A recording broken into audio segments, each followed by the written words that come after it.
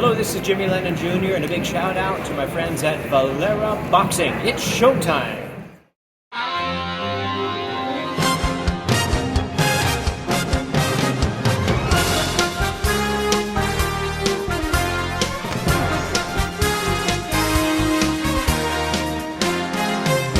Valera Boxing, idol, shout out.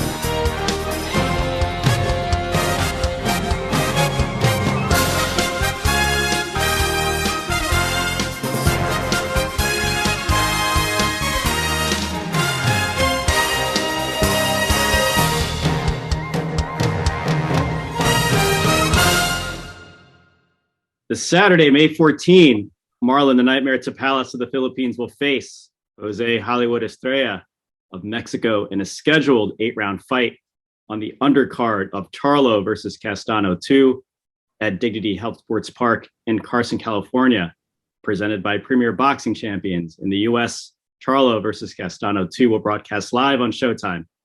Marlon Tapales boasts a record of 35 wins and 3 losses, with 18 of those wins by knockout.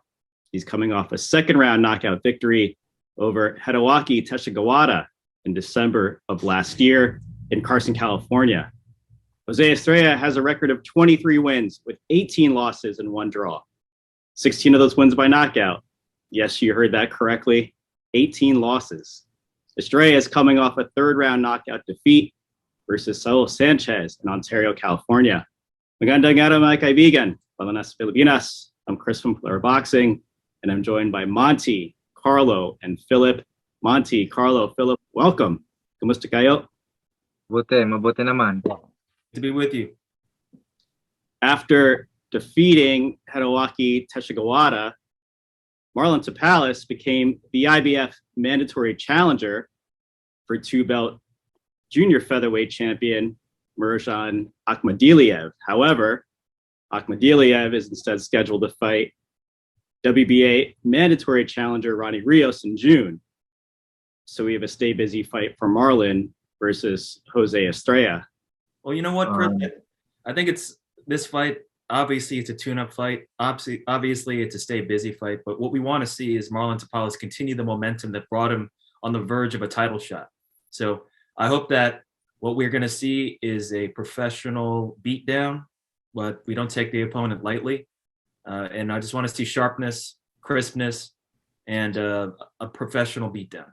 Yeah, it looks like that. It looks like they're just kind of carrying the momentum. I agree with you, Mont. Picking fighters that's gonna continue his he's been training for a while.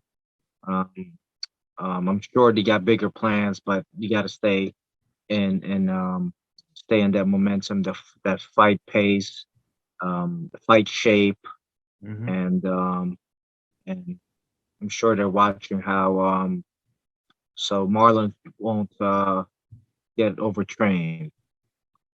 I'm sure that they know the dates that are coming after this fight, and I'm sure I really have a feeling, and I really believe that Marlon will be world champion soon, and this is just a stepping stone for him. No disrespect to his opponent, but I think it's just a stepping stone for him, and I just think Marlon is at a different level. Yeah, I'm gonna give Estrella a bit more credit. He's faced decent competition during his career. He actually fought for a world title against Jamie Conlon in Belfast. I mean, it was 8 years ago, but he has that world title experience under his belt. I'm gonna say the fight's gonna be tougher than a lot of people think. I still feel like Tapales is gonna win, but Estrella is a tough guy.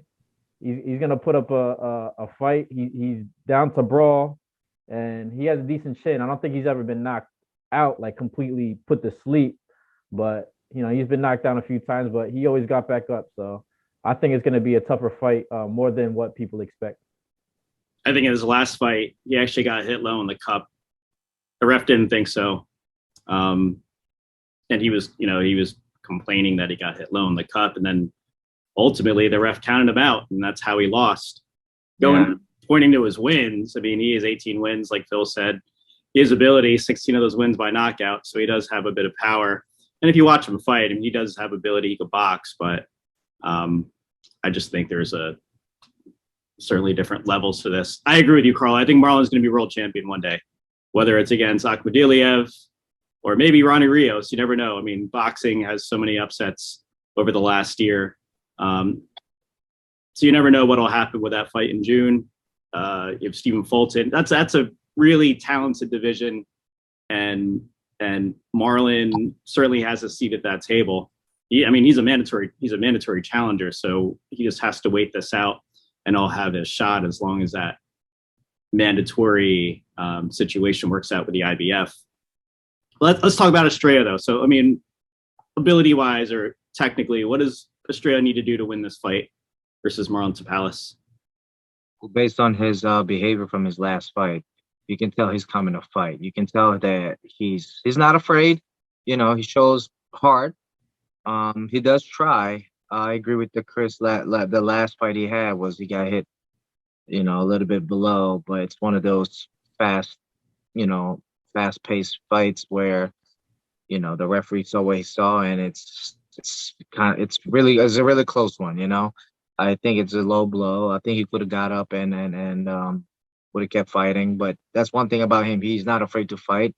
And his chance would be just keeping a pace up, overwhelming Marlon perhaps to try to, land a puncher's chance. Yeah. I don't think he has the power or the inside game to dominate Marlon. So I think that's his best chance, is to just brawl and get that puncher's chance. Yeah, I agree with Carlo. He just needs to step in there, step in the pocket, and trade with Marlon. If he tries to outbox Marlon could box too. So that's trying to outbox him is out of the question. So he needs to rely on that power that he has. Like Chris said, he has a little bit of pop in his shots. Yeah. 16, he 18 did knock out 16 people, but yeah, he has a little bit of pop in it. Yeah, bodies in that record. Yeah, exactly. So, if he clips Marlon with one, man, you might have a chance. But other than that, I don't see any way. I don't see any other way to beat Marlon. Marlon's he's that good too, and Marlon has a lot of power too. So, I think that this guy Estrella has too many, defensive liabilities, and that Marlon Tapales has a wonderful, diverse, dynamic attack of both the head and the body, and that he can hurt you in so many different ways. And Estrella, I just don't think he's got the ring intelligence to handle such a dynamic attack. I think another one that Estrella carries with him is his experience. I think he takes pride in his record. I think it's that much losses. I think he takes pride in his experience, and I think he believes that I have the experience. That's my advantage over my opponents. I think he carries that with him, and there's nothing wrong with that. There's nothing wrong with that at all. You gotta go in there. You can't be scared, and he's a career fighter. Yeah, and he's still going. He's only 32 years old from his last fight. So, I mean, even if he has a couple years left, he's coming to fight. Definitely, experience is a factor too. Estrella is no stranger to being in enemy territory. He's no stranger to being the underdog. So him having a lack in confidence, I don't think that's a problem for him going into this fight. Let's shift our attention to Marlon Tapales. Monty, your thoughts on Marlon and what he needs to do on Saturday? I think he needs to show that he's got all the skills that can take it to the next level. So although I'd love to see an early stoppage, I think the point of this fight, if I'm not mistaken, is really stay strong, stay focused, and keep his skills sharp, so that when he does get that title shot, ring rust will not be the reason he falls short, but because he stayed active and because he takes on these tough opponents. Yeah, Estrella's a tough veteran, good knockout record, but if Tapales fights the exact same fight that he fought against the Japanese fellow, this is going to be a good night. I mean, I think just watching Marlon, his mechanics, his technique, his quickness, I think just seeing clips of him continuing to train, man.